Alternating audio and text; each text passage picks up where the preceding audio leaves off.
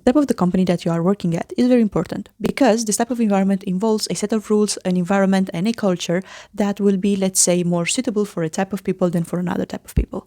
That's why in today's video, I wanted to speak with you about the difference between a startup and a big, well-established company, so you can understand better what will be the environment that it will be more suitable for you. Hi, my name is Cornelia. Welcome to my channel. I post here videos about corporate environment, how to get a job, what to say, not say in job interviews, and other subjects that I found interesting. And in today's video, I wanted to share with you the 8 points that I think are very important when discussing about a startup or a small company versus a big, well-established company that has hundreds of employees, a lot of offices in different countries in the world, and so on. First, I wanted to start by giving a description or a definition of these two companies so we can understand better what we are talking about. A startup is a company that is at their beginning stages of development. They have between 0 to 10 years, I would say, depending on how rapidly they evolve as a company. And this company doesn't have a revenue, or let's say a stable type of revenue. They do rely a lot of investors and the money that they get from their investors to develop their product. Usually they offer a single product or a single service.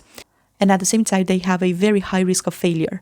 So yeah, there are a lot of startups that fail after, 5 years, even less than that. A startup has a very high risk of failure. This means that you lose your job if the company fails.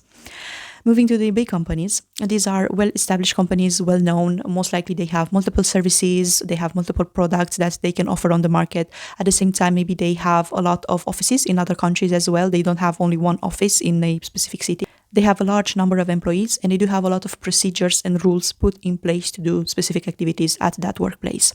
I wanted to speak about 8 points in terms of difference between these two types of companies. Let's start with the type of working schedule and flexibility. Most likely a startup will be open for you to work remote or to work on a hybrid model. Big companies, they don't really like this kind of working just because they had a lot of experience before working on site or working more days from the office than from home. So yeah, if you are interested in working remotely, most likely a startup would be the right place for you. Also, in terms of schedule and flexibility, this is something that usually startups offer in their benefits package just because it is a nice benefit to have and will attract more people that are competent using this kind of, let's say, very easy benefit that a company can offer.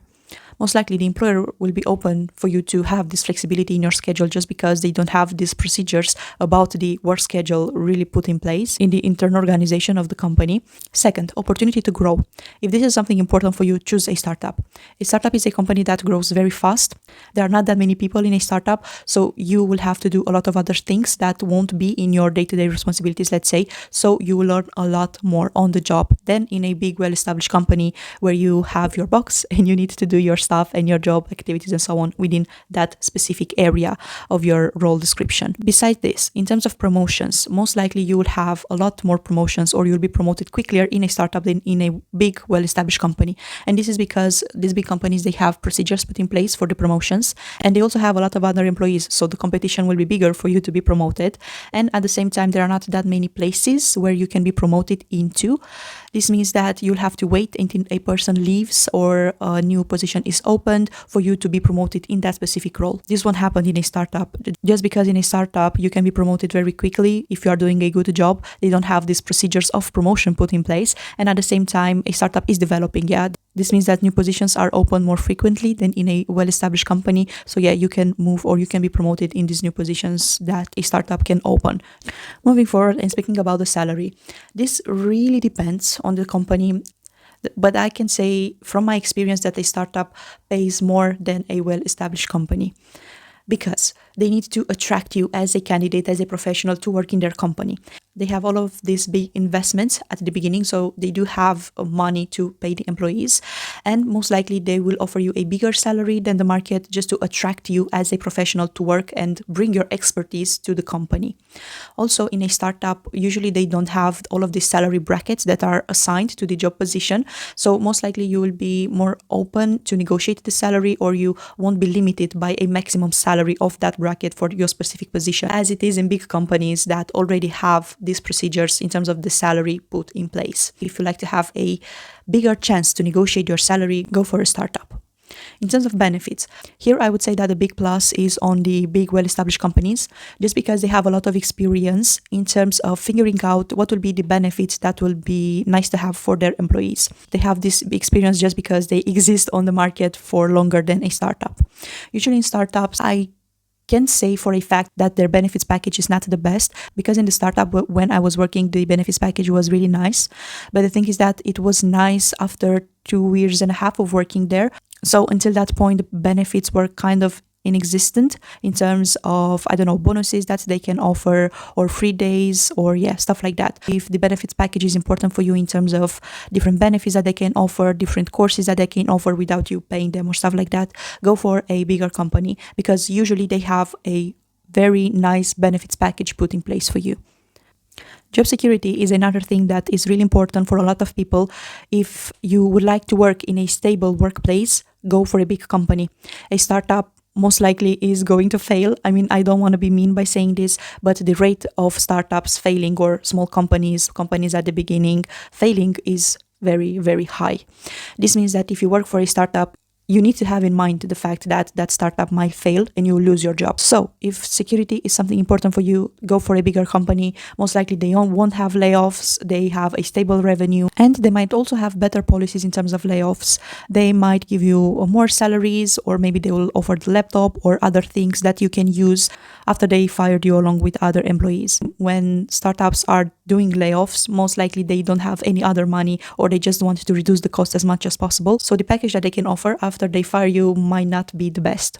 Environment. If this is something really important for you, choose a startup, because in a startup, the number of people is smaller. This means that you'll have more chances to connect with people, speak with them, and so on. Also in startup, the people will need to work together, and you need to work with other departments as well, just because most likely you won't have a manager, or you won't have a person that will do this for you, as it is in big companies. For example, at the moment, if I have something to speak with a person from another team, most likely I'll speak with my manager, and my manager will speak with their manager, and their manager will pass the information to the employee.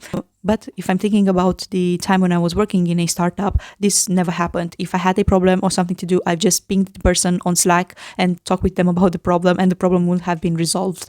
So if this is important for you, if you like to make friends at work, have this direct type of communication, most likely a startup will be a better fit for you, just because in a big, well-established company, the hierarchy will dictate the way of communication and the way that the relationships are established at a workplace. The balance between work time and personal time is another factor that I think it's important to discuss here, because this is a big minus for the startups. You working in a startup means that you'll have to do most likely other things that are not in your day-to-day responsibilities, just because the small number of people that is in a startup doesn't allow for you only to do your thing and let other job unattended, because there might be no one there to do the other tasks. So in a startup, most likely you would work overtime and you'll do other things that are not in your day-to-day responsibilities. A bigger company can offer this balance just because they have a lot more experience in assessing a specific task on how many days or in how many hours it can be done. The timelines that they set in a bigger company most likely are better suited for a specific job than in a startup, just because a startup doesn't have the right experience to understand how many hours will take to do a specific job, and a bigger company has more employees. This means that the work will be divided and everyone has their own duties and their own activities that they have to do, and most likely they won't do other things besides what is written in the job description. And this leads me to the last point in terms of responsibilities, duties, and activities that you have to do. If you don't like to try new things, if you don't like to do things that are out of your responsibilities, don't work in a startup.